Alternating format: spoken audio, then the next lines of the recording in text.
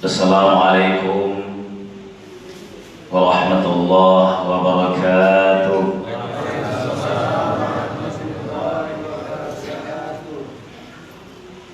Alhamdulillahi rabbil alamin,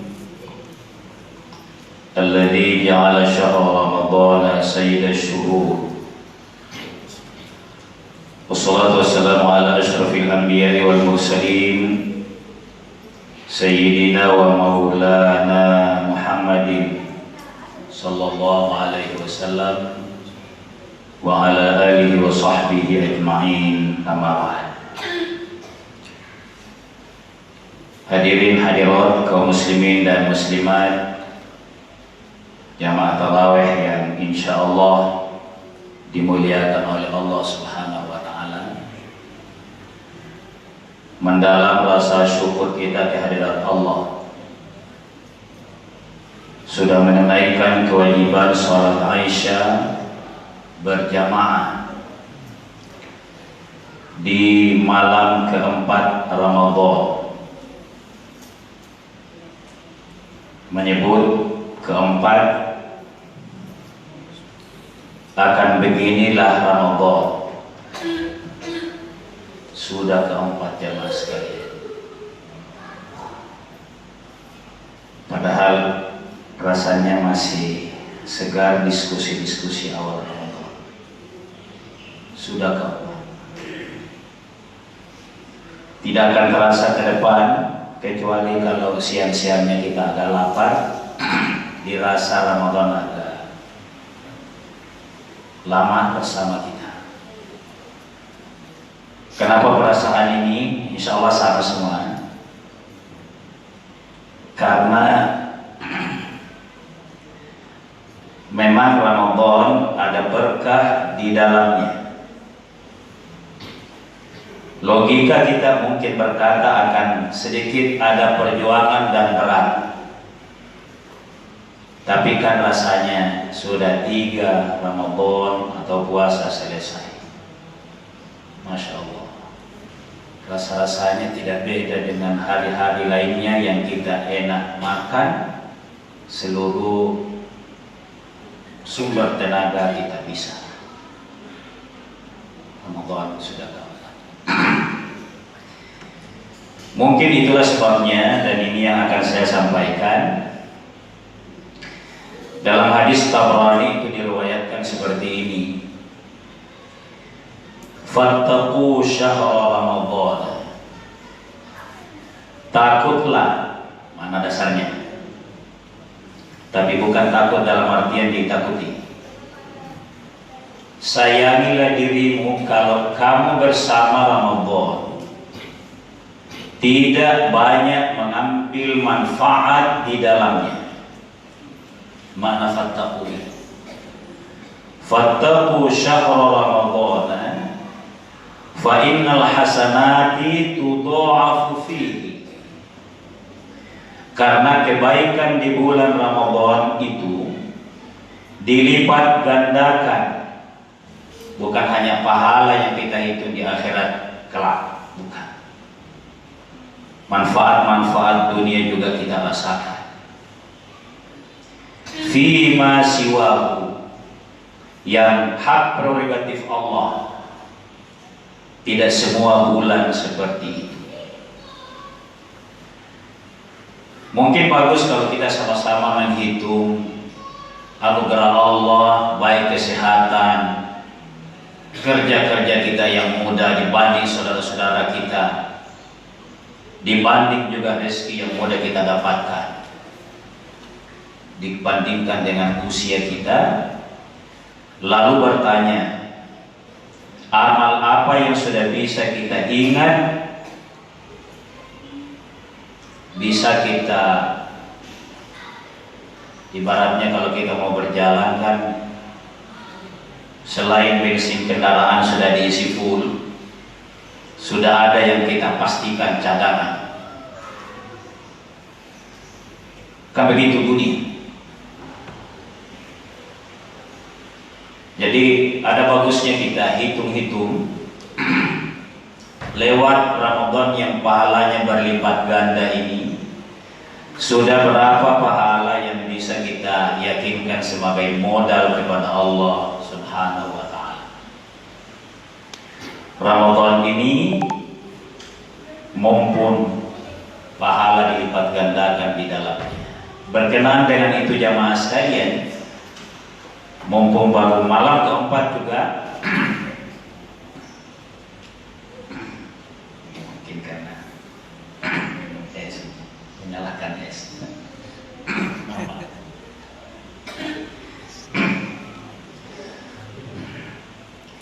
Jadi, terima kasih.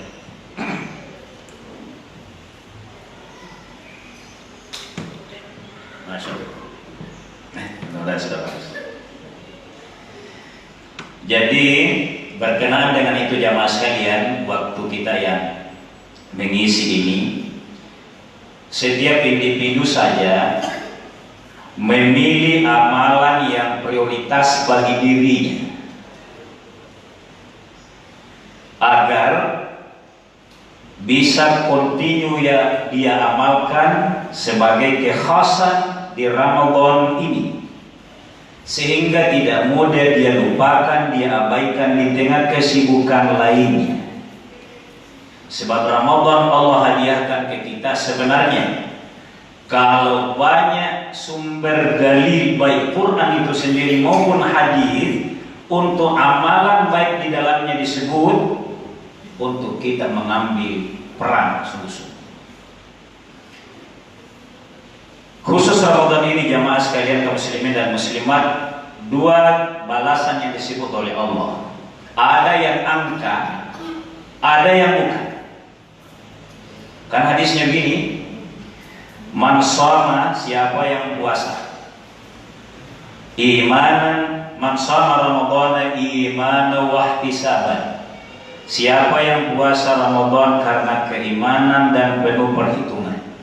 Perhitungan maksudnya, pastikan tidak ada hal yang bisa membatalkan atau merendahkan nilai puasa. Itu maksudnya ihtisab.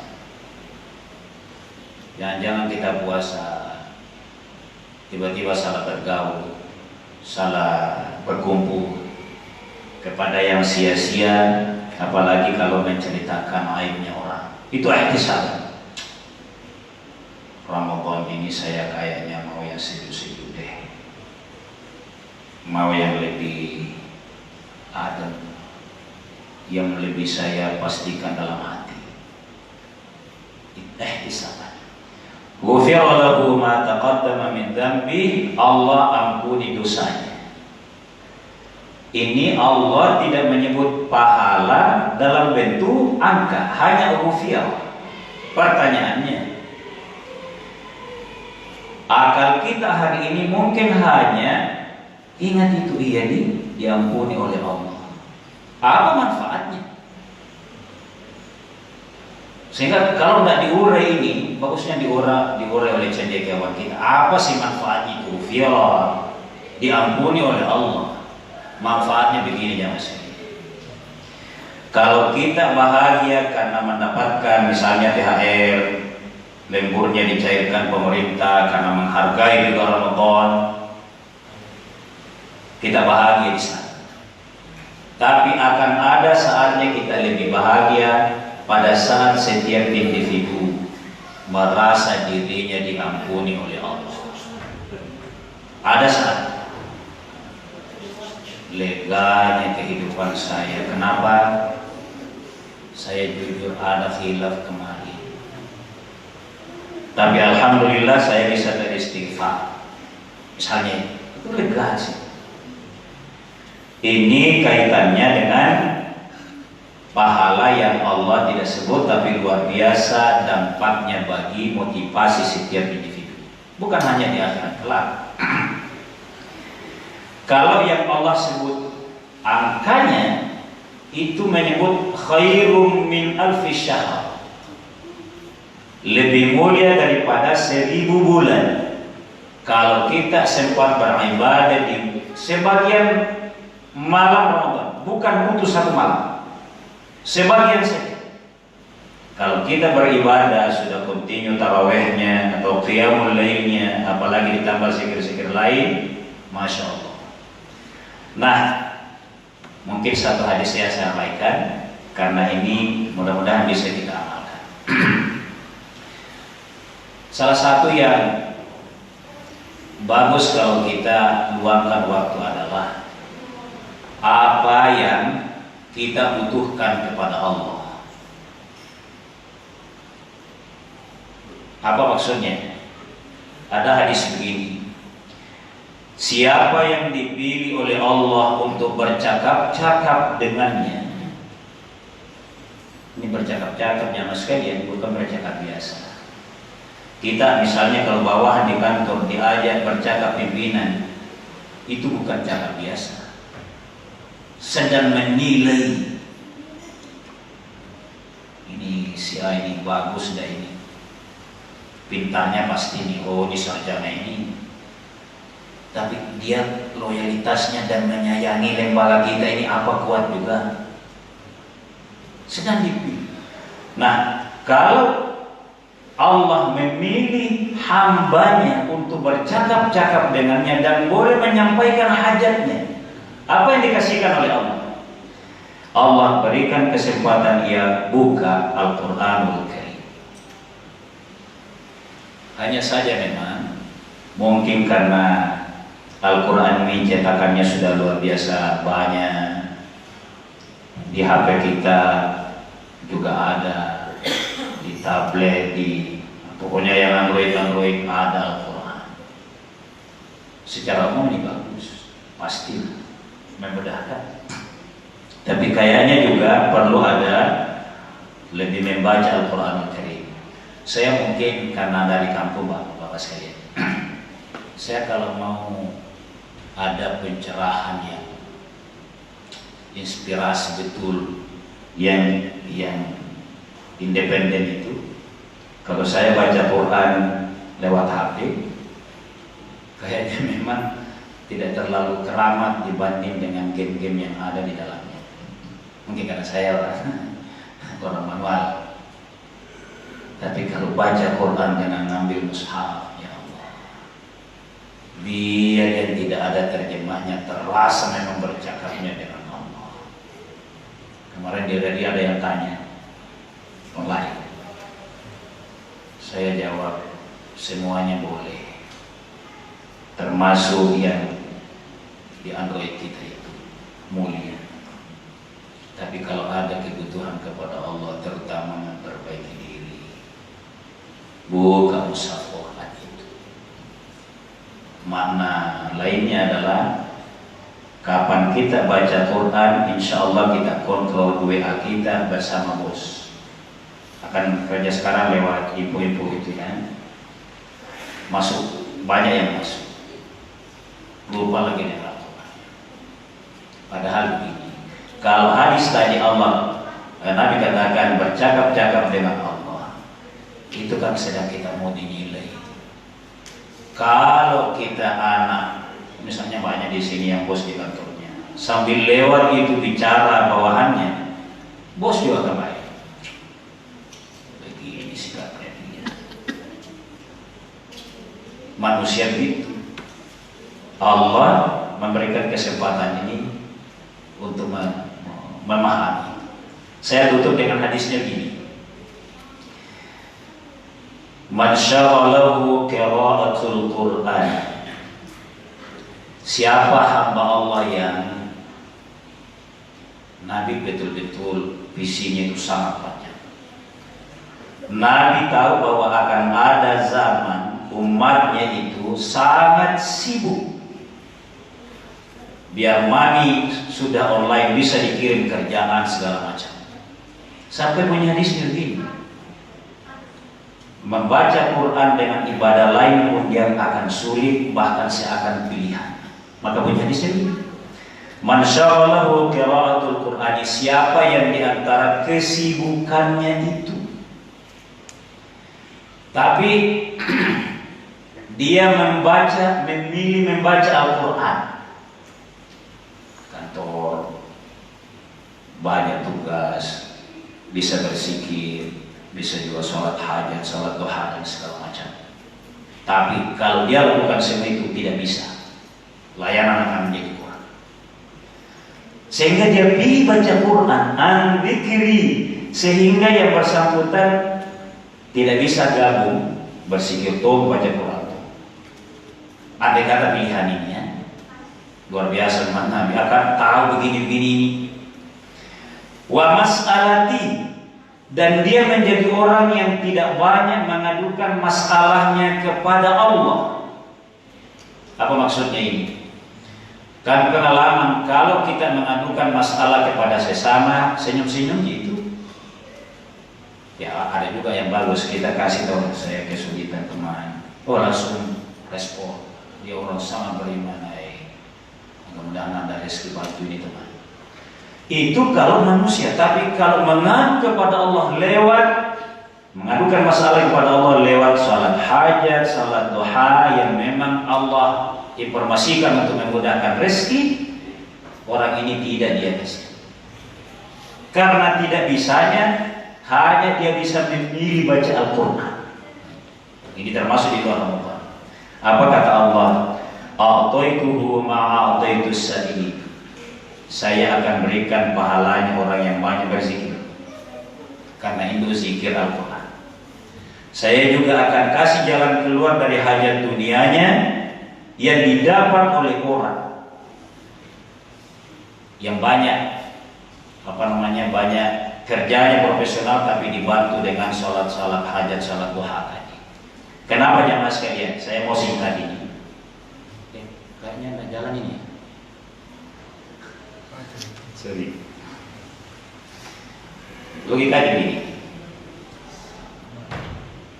Nabi Muhammad itu menjadi makhluk Allah yang termulia.